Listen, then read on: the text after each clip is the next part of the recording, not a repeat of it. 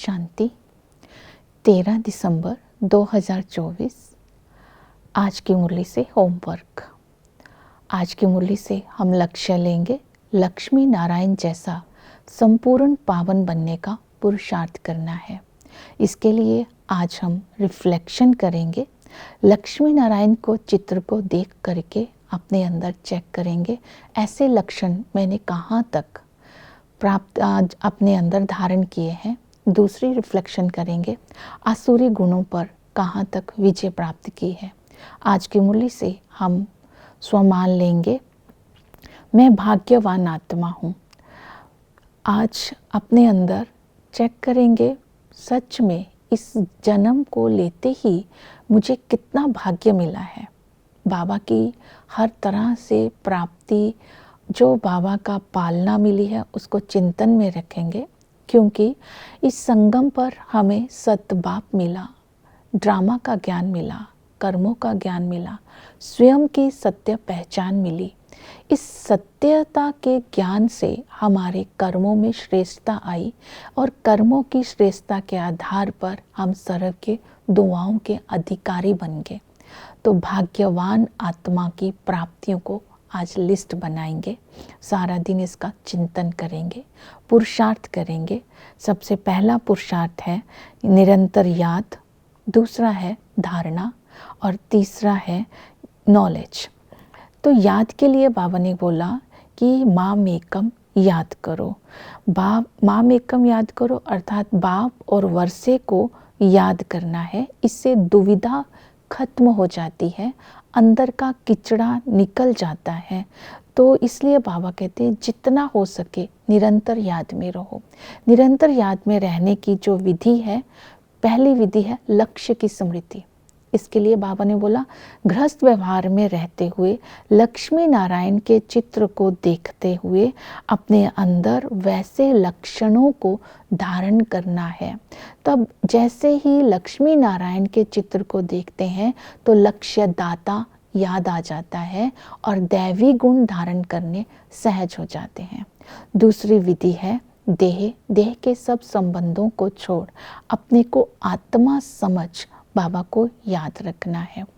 जब हम अपने को आत्मा समझते हैं तो बाप के साथ प्रीत सहज हो जाती है और जितनी बाबा के साथ प्रीत होगी उतना बाबा से संबंधों का अनुभव आत्मा कर सकती है। क्योंकि इस संगम पर बाबा का बच्चा बनते ही हम मलकियत के हकदार बन जाते हैं। बाबा को देखते ही लक्ष्मी नारायण का वर्षा स्मृति में आ जाता है। तो ये दो बातें स्वतः ही याद में आ जाती है। बाप को देखते हैं तो वर्षा याद आता है, वर्षे को देखते हैं तो बाप याद आता है। तो इस तरह हम स्वर्ग का मालिक बन जाते हैं। वही टीचर आकर के हमें ऐसी पढ़ाई पढ़ाते हैं जिससे हम भविष्य में ऊंच पद पाते हैं।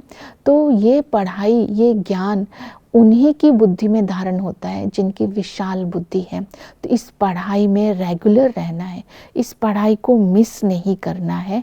एम ऑब्जेक्ट का चित्र सदा ही अपनी बुद्धि में रखना है। तो बाबा ने कहा टीचर आकर के हमारी तकदीर को खोलता है, तकदीर जगाता है। पढ़ाई की जितनी नॉलेज की धारणा होगी उतनी हमारी तकदीर खुल जाएगी, तकदीर जग जाएगी। वही सतगुरु आकर के हम सब आत्माओं को डायरेक्शन देते हैं। उस सतगुरु की डायरेक्शन पर चलने से ही आत्मा की सद्गति होती है, आत्मा पावन बनती है, बेड़ा पार हो जाता है। तो इसीलिए उस सतगुरु की डायरेक्शन पर चलकर स्वयं को पतित से पावन बनने का पुरुषार्थ करना है।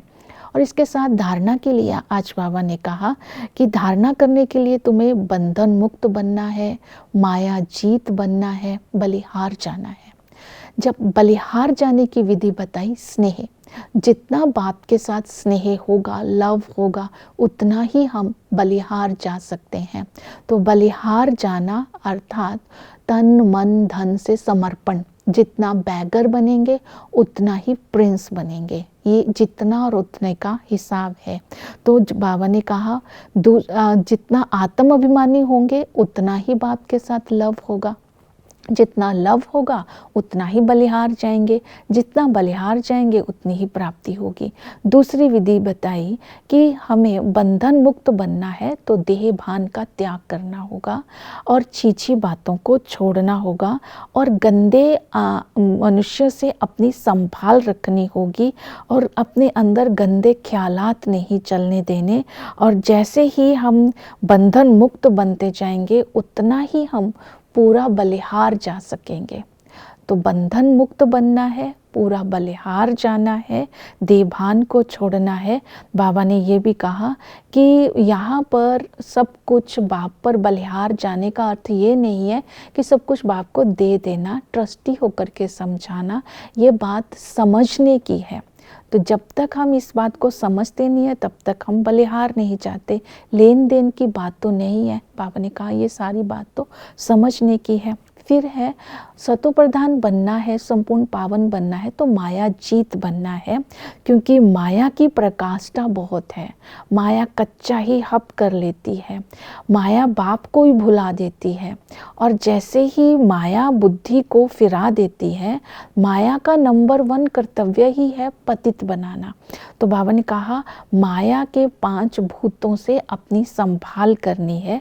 इसके लिए कुछ धारणाओं पर अटेंशन दिलवाई, पर चिंतन नहीं करना, पर दर्शन नहीं करना, किसी की निंदा नहीं करनी, किसी को दुख नहीं देना। और फिर बाबा ने कहा कि अपने हाथ में लॉ नहीं उठाना, हुक्म नहीं चलाना, है ना। कभी कभी दूसरे के ऊपर हम हुक्म चला देते हैं, कोई उल्टा सुल्टा कर्म नहीं करना। तो बाबा ने बोला अपनी तकदीर को लकीर नहीं लगानी है।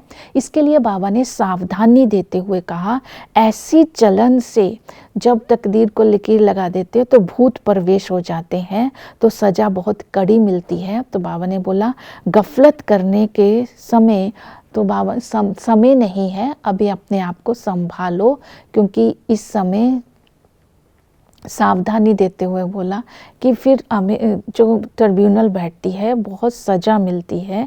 मोह जीत बनना है, पवित्रता की धारणा बननी है, अपने आप को ब्रह्मा कुमार कुमारी समझना है। ओम शांति।